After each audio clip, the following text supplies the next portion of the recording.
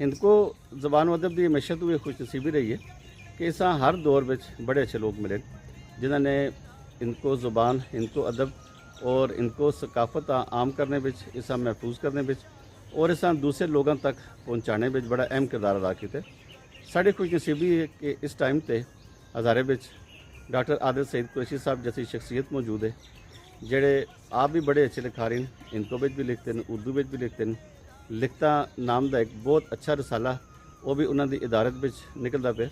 और दूसरी बड़ी खुशनसीबी है वे कि उन्होंने पहली एक कामयाब इनको कॉन्फ्रेंस की थी और हुण जनाब ये दूई इनको कॉन्फ्रेंस है जिस सारे लोगों की शमूलियत भी हो और इस बड़े अच्छे अच्छे प्रोग्राम भी हैं जिसका मकसद है वे कि न सिर्फ जोड़े नवे आने वाले लोग हैं इनको ज़बान में उन्होंने खिदमात का एतराफ़ किया जुले बल्कि उन्हें मौका मिले कि उन्होंने वास्ते एक ऐसा प्लेटफार्म भी मौजूद है जिथे वो इनको दे बारे गलगत कर सकते हैं और इनको दे बारे कोई तजवीज़ है वो पेश कर सकते हैं।